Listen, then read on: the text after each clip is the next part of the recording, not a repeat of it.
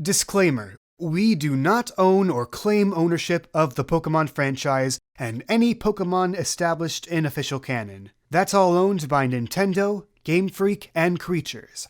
This is just a podcast made by four friends who love Pokemon. It's our love letter to a franchise most of us grew up with. So please go support the official release. Yep, it's the pause menu section in the beginning of the episode instead of the middle. It's weird, I know.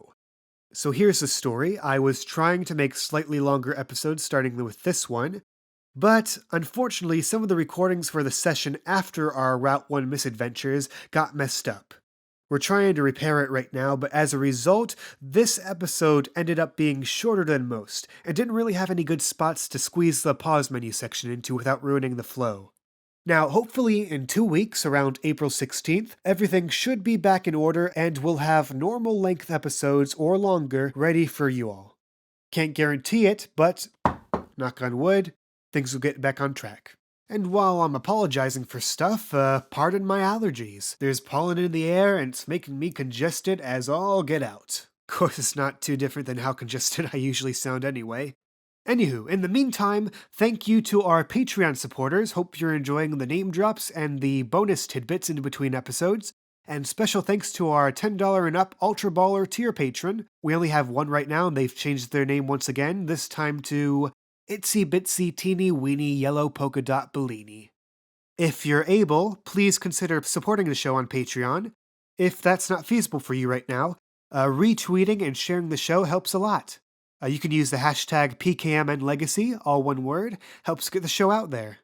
Hi everybody! I recently put out a cover of Believer by Imagine Dragons. It's with Silverhound, and it came out really well. JoJo Soda Pop did the character art, and Kimmy Cat did the backgrounds, and the video was done by Kao, and it came out really cool, so if you get the chance, please check it out. Thank you! She said recently, but it actually comes out this Friday on April 3rd. I'm recording this before it comes out, but you may be listening to this after it's been released, so if it's released, link in the description below. And at this point, normally I'd say unpause to get back to the episode, but since it hasn't started yet, I'll just say previously on PKMN Legacy. Can you tell us me forbid to stay here, my friends, and then I won't be deported? You are all on the same team. You travel as a team, take on the Pokemon League as a team. I feel like we should go to Brayburg Town then. A small wooden sign reads, Route 1, Newberry Way. Maddie, you're the first to come across the ruined remains of a campsite, messy and abandoned. Oh god! Slinkit, the sly Pokemon! Slinkit slips out of reach and hightails it out of there. No! You find a barely legible map covered in dirt and honey. She thinks she reads Sweet Spot. I'm just gonna assume that's where they got this honey. We should go there. Beedrill! Honey comes from Beedrill.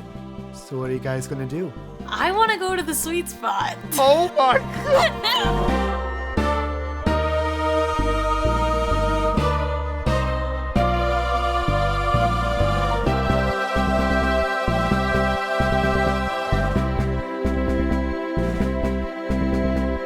About 30 more minutes pass, and you start to approach the marked out sweet spot on the map, and the sound of buzzing meets you halfway.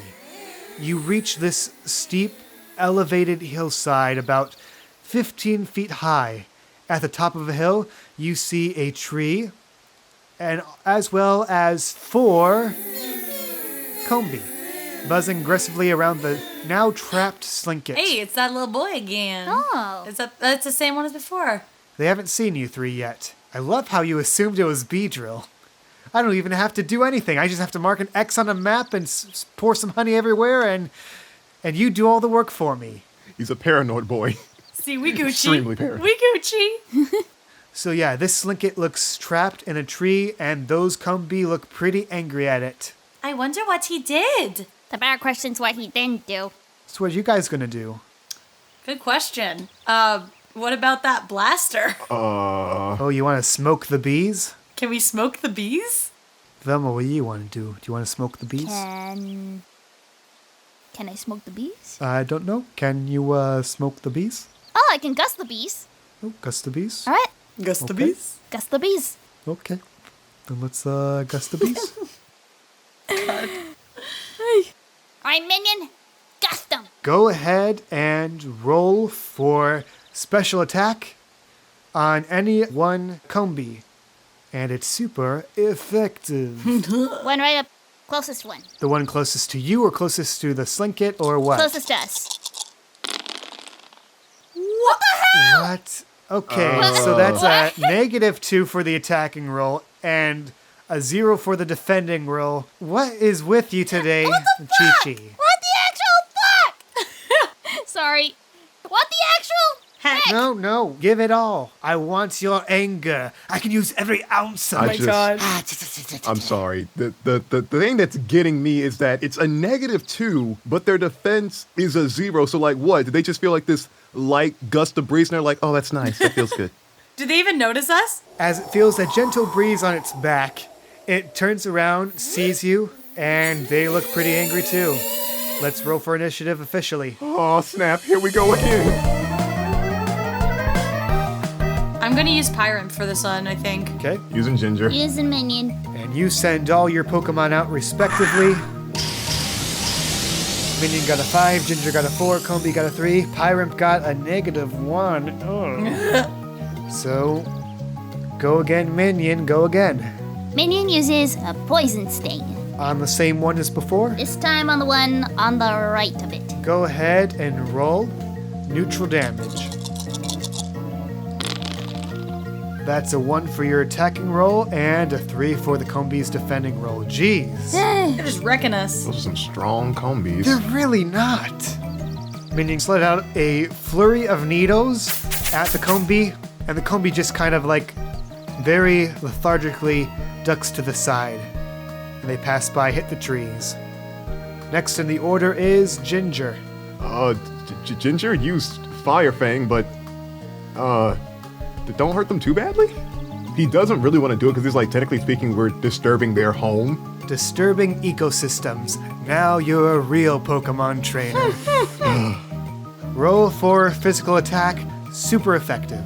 And which one are you targeting? Gonna target the one that's closest to us, the one in the front. Okay. That's a 6-shift hit. Ginger charges forth, fangs steaming with fire, and takes a nasty bite. A filthy bite. Like a very dirty bite. That completely one-hit KOs this combo. Way to hold back, champ. He just reluctantly pets his Houndoom. He's like, you did good, girl. A little too good, but I'm still proud of you. Yeah, the Combi don't agree. In fact, their buzzing becomes louder and angrier, like it's calling out. And the response is immediate. You don't just hear it, you feel the buzzing all around you as several more Combi swarm into the area and one by one link up with each other, like fitting each and every groove they can until you are face to face with a wall of Combi. No.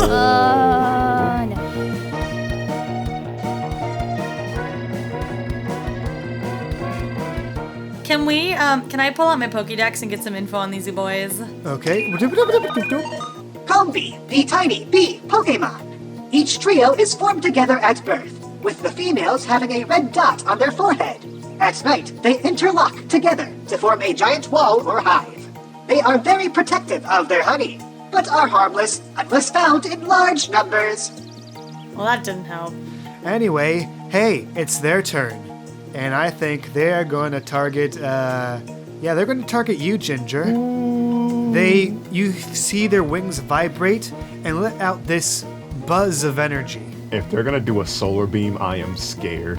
No, it's bug buzz, and it's super effective against dark types like Ginger. The Wallbee got an 8-shift hit. Anya. Walby. The wall of Combi vibrates intensely, like the buggiest subwoofer you've ever seen. The sonic blast they fire at you actually visibly disturbs the air around it and knocks Ginger back a few feet and down the hill a bit. Baby girl.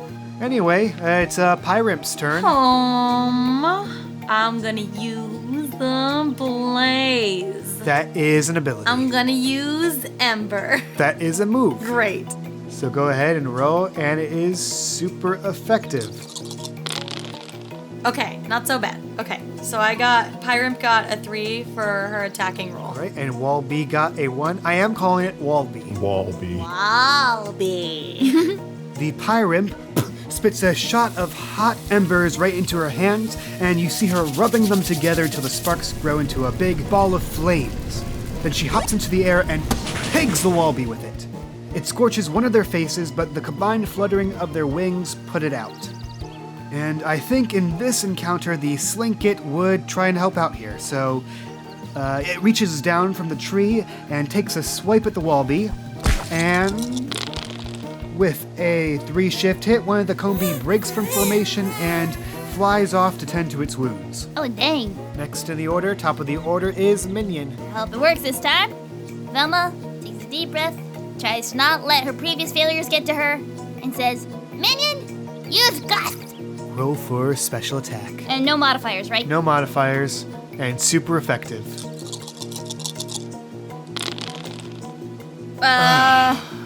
I'm trying to understand the math here, but it is legitimately irrational. Wait, no. It's okay. That's still a 2 shift hit. Even if Minion got a -1, Walby got a -3 for the defending. Woo! Yay! Okay, so Minion lets out a very weak gust, but they were kind of distracted by the Slinkit, so they turn around, hey, wait, what? And they get hit for 2 points of damage. Living for this. Next up is Ginger. Chris he's not showing any real panic for the state that Ginger's in. Instead, he just reaches into his bag, pulls out an orange berry, and gives it to Ginger. You toss it to Ginger, and she fetches it out of the air like a blue ball and eats it up. Yes. Yum, yum, yum, yum, yum. Delicious. You recover about 2 points of health, and that is your action. That's completely fine. All right, so next up is Combi's turn. They see that, ooh, you're trying to hit with a gust. Well, let's see how you like the gust. Oh. Oh, damn. Jesus. Oh, Chi-Chi, I'm so gosh. sorry. Okay, so the big ol' Walby got a 9 for the attacking roll. It rolled all the fate dice, and all of them were positive rolls. That's, and yeah, you got -1 for your defending. So, with all of their wings flapping at once, it's like one of those wind tunnels, and Dustox is completely and utterly buffeted. It is hanging on by a thread. Are you okay? Do you need a hug? I'm okay. I'm okay. Well, next in the order is Pyramp. All right, we're just gonna go for a trusty old Ember again. Okay, roll for special attack. Oh, special attack. I rolled for regular attack last time. Hope that didn't change much. It kind of does a lot. Dang it. Well, we're rolling for special this time. Super effective, you said, right? Yes. Yeah. Ooh, nice, delicious, nutritious, a 7 shift hit. Oh yeah, I got a 5. Then they got -2. So Pyramp again spits some ember into her hands, and the fireball it makes this time is so much bigger than before, and it takes both of her hands to throw it smack dab into the Walby. The force of the blow knocks a few Combi out of formation and they scatter, but those that remain burn. They got They got burnt. Oh, dang. Woohoo! All right, next in the order is Slinkit, who takes another swipe from a safe distance at the Combi and does a little gentle and takes 1 point of damage. Dang it. Top of the order, Minion. Alright, so Velma feeling very, very distraught. Quick question, can we use potions in place of our turns? Yes. She reaches into her bag frantically and shakily pulls out a potion and uses it on Velma. Okay, you spray it on yourself. That doesn't leave Dustox much room for healing, does That's it? what I mean, braces on, I'm not having a good night. I meant... I know what you meant. You restore 5 points of health for Dustox. You mean?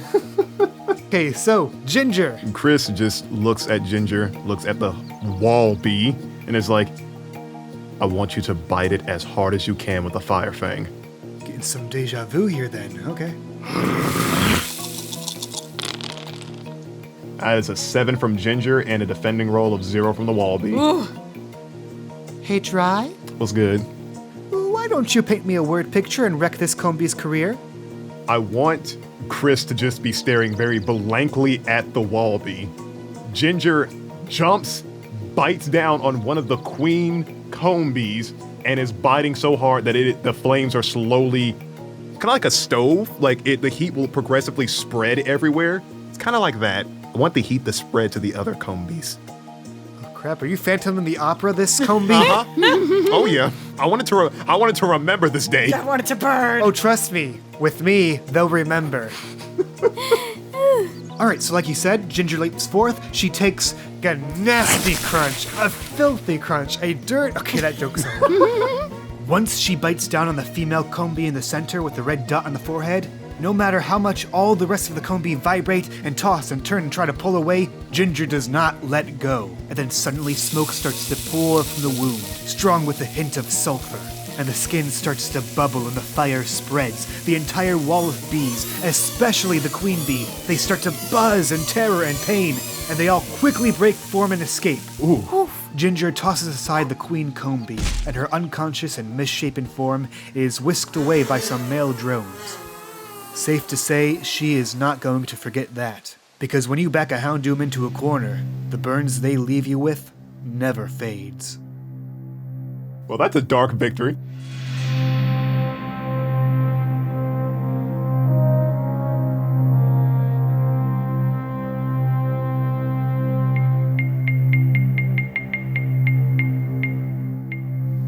Slinkit, looking around, seeing that the coast is clear, crawls out of the tree and limps towards you all, and hands you the bottle of honey that it took. Aww.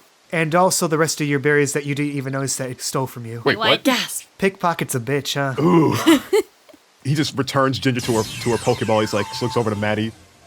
Look, you're the one that wanted the honey. I'm gonna be over here on a stump somewhere. I'm gonna rest my back. Velma returns Dustox to their Pokeball.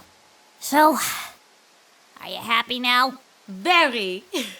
And she just gives him a big hug because she's so excited, and she's like, I have to go get my honey. Maddie clambers over the steep hillside, stumbling a bit every now and then. But eventually she gets up to the tree with Pyrant popping behind her, and she sticks that spout in the tree, and it pours for a bit. And then a little bit more. Almost there. Slowly dripping. And while that's going on in the background, the Slinkit looks around at these three humans. Tall man too scary, honey lady too crazy, bug lady not scary or crazy, so it waddles on over to you, Velma, and looks up at you. What the? Hi? Well, thanks for giving my, friend back her thing and the berries and all that. And she looks down at the Slinkit. You know, maybe this journey wasn't such a bad idea after all. Aww. Get it? Velma, you notice that the Slinkit has yet to scurry away from you. It just keeps looking up at you, tilting its head a bit quizzically. Now, you're no social butterfly, but you do think this Slinkit wants to join your party. What do you do? Do I have any Pokeballs? You do not. But Maddie has all the balls. I have all the balls and all the nuts. You don't have to put that in the final cut. You know what? You don't have to put that in the final cut. I'm insulted that you think I wouldn't. I was gonna say, do I still have any of that money from the bag? You do. Okay, I'll give her a Pokeball then, because I'll get another one later. Listen, do you happen to... Maddie just cuts her off and pulls out a Pokeball from her bag and says, Here, for your new friend. Oh, geez, I'm really gonna owe you a lot after today. That's what friends are for. Velma gets a small blush across her face and turns back to the Slinkin and just, I guess this is the part where you come with me then, huh? And then she clicks it open and catches Slinkin inside. Slinkit is engulfed in a red light as it is absorbed by the capsule. Shakes once, shakes twice, shakes a third time, and clicks. Woo! You now have a friendly Slinkit that you can nickname if you so choose. Hold on. Sly Cooper. You shut your mouth. We can leave that till the next session. Okay. Velma just stares at the Pokeball in her hands, absorbing everything that happened. And she kind of holds it close to her for a second. And snaps back and realizes what she's doing and just puts it back in her pocket. Chris was looking the entire time, and he's got like the really big dad puppy eyes. He's like, "Oh, you made a friend. That's so cute." Come on, it's not like that. It's always I just heard this is what you're supposed to do. It's not like I like it or anything. I mean, Baka. You're growing up to be a great trainer. Aww. shut up, both of you. Let's get out of here. Come on. The three of you make your way out of the forest and finally reach the end of the route and approaching the brick walls of Brayburg Town.